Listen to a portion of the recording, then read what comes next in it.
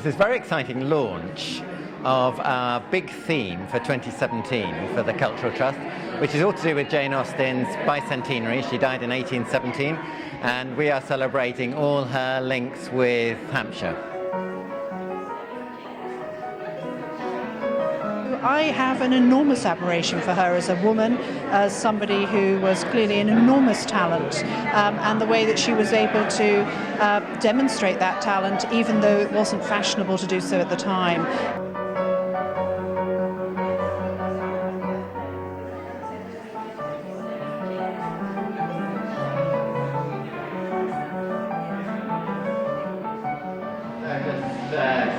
Call you to order and ask for permission to say a word or two.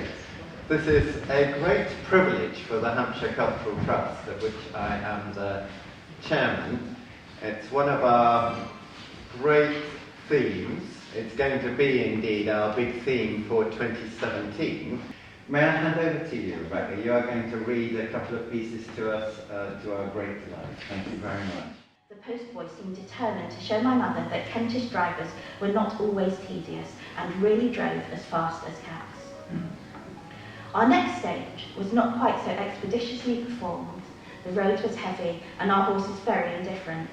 However, we were in such good time and my mother bore her journey so well that expedition was of little importance to us.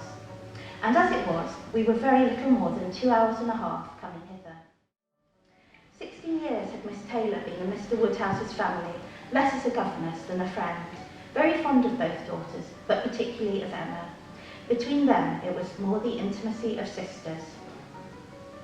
Even before Miss Taylor had ceased to hold the nominal office of governess, the mildness of her temper had hardly allowed her to impose any restraint, and the shadow of authority being now long passed away, they had been living together as friend and friend, very mutually attached, and Emma doing just what she liked.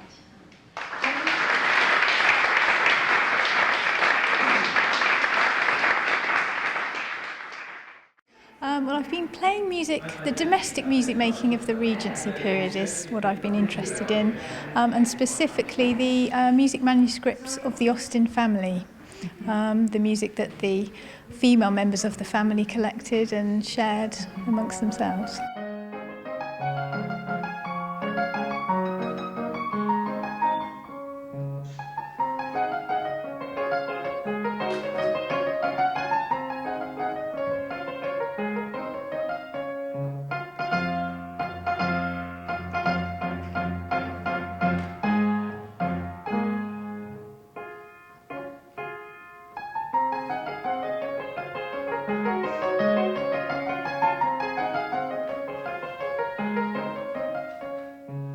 To the Cultural Trust for helping us get to today.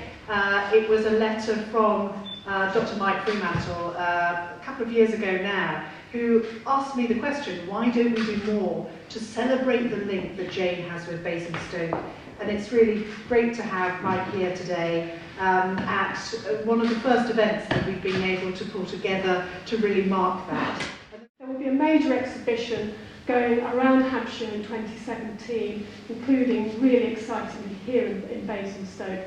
And Louise West, who is sitting at the back there, along with Catherine Sutherland from the Bodleian in Oxford, have very generously agreed to guestilate that exhibition and already being amazing in terms of really sort of making that second to none. And Jane had links with many places in Hampshire. It's familiar, I think, that her father was the rector in Steventon, not far away from Basingstoke. There are records of her buying stuff in Basingstoke.